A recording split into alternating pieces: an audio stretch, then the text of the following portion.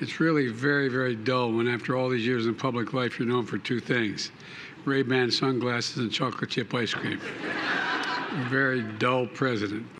I wish. Dull 2024. I mean, that doesn't make a great campaign slogan. So Biden's trying to fire up the radical left today. Rumors are buzzing that he'll announce his re-election bid next Tuesday with just a low-key video. And today he was sucking up to the squad by ordering every government agency to make environmental justice a priority. Every federal agency must take into account environmental and health impacts on communities and the work to prevent those negative impacts. Environmental justice will be the mission of the entire government. In 2 years, we're making real progress on the most ambitious environmental justice agenda in history. And with this executive order, we'll go even further. So we all know Biden is taking a page from AOC's playbook. She's back pushing for the Green New Deal. Watch. We said we are not going to take crumbs and we're not going to settle for that we need bold, big climate action, and we need it now. These bills not only stop climate change, they tackle the intersecting crises of climate, economic inequality, and racial justice. But it's not the far left Biden needs to impress. Only 26% of Americans want the guy to run again. Judge, I mean, that's a whopper. Yeah, 26% of Americans want him to run again. 56% of Americans say that they are unlikely to support his bid in any event. And here's the thing. He has gone to the right. He has done what AOC wants. But AOC could never get enough. And for her to call this crumbs is ridiculous, because the truth is, in the Inflation Reduction Act, they had $369 billion to tackle climate change, okay? And in the infrastructure bill, they had another $50 billion to tackle climate change. And now she wants another $900 billion, which puts us well over $500 billion. And I kind of feel like this is like the COVID school money, like you never know where it's going and you never know who's getting it.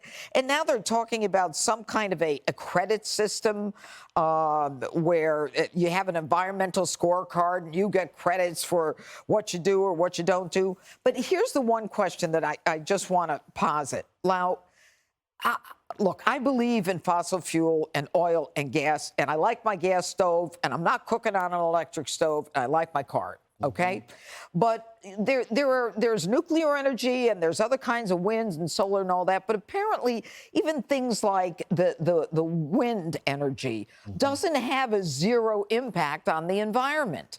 And so, you know, they've got to at least make it clear that everything has an impact on the environment.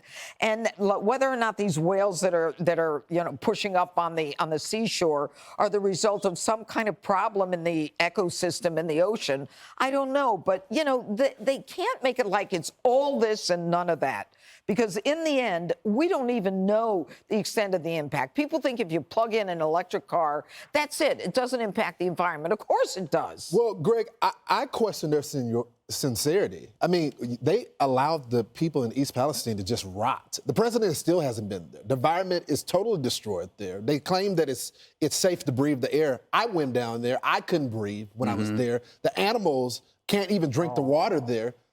They care about the environment, but they do nothing for those people? Well, they don't look like the people they care about.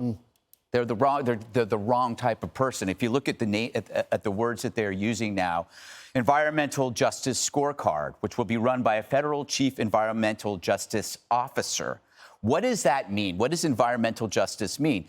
AOC laid it out perfectly. The environment is now tied to racism, which is what they did with ESG, environmental social governance. It's a scorecard, another scorecard that takes measures on how companies act responsibly.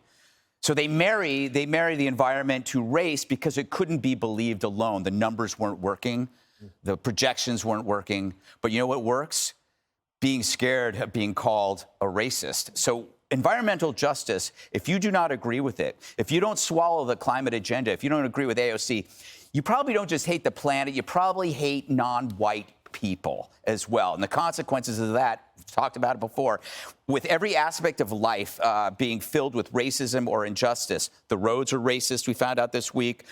Pollution is racist, we just found out. Cheap energy fossil fuels. That's racist because it hurts non-white people. If you don't want to be looted, that's racist, too, because looting is mere a redefinition of justice.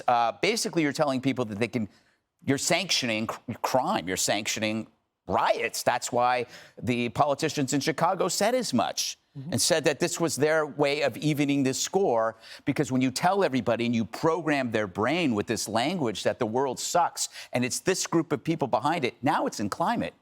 Now it's in climate.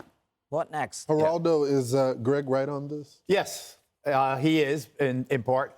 But you have to go beyond it, though, Lawrence. It's not environmental justice, it's environmental injustice. And I would submit that poor whites are the minorities, along with poor blacks and Hispanics that live near these chicken processing plants, these meat processing plants, these toxic waste dumps, these sewage plants. So why didn't they take care of the poor whites in East Palestine? I do not defend their action there. As a resident of Ohio, it was horrible. They were very inept. They did send the EPA director. I'm not going to defend them at all, though. They finally got around to it. The railroads have a problem that's much deeper than Democrat or Republican. There's a derailment every day someplace in this country we've got to deal with. But here's my point, my political point.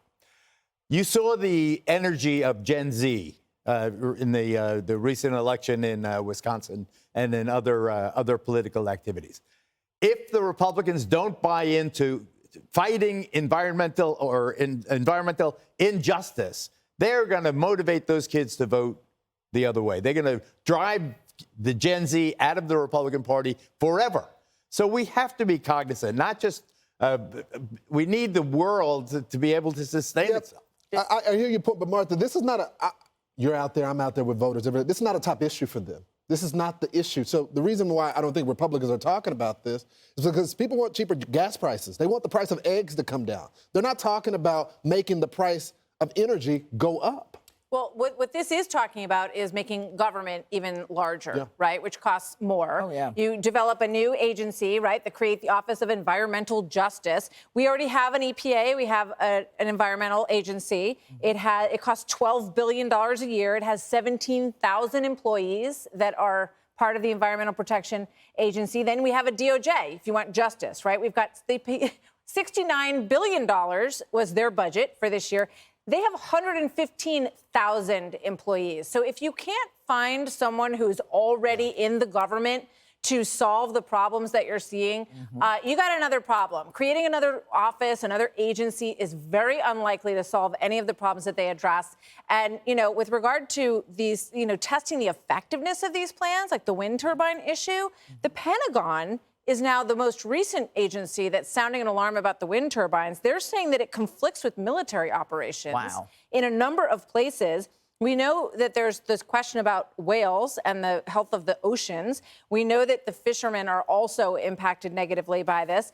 And, you have to ask yourselves, are they actually testing what works to make the environment cleaner? Or are we creating new problems where there weren't problems in some cases? It's all about virtue, not about getting things done. Hey, Sean Hannity here. Hey, click here to subscribe to Fox News YouTube page and catch our hottest interviews and most compelling analysis. You will not get it anywhere else.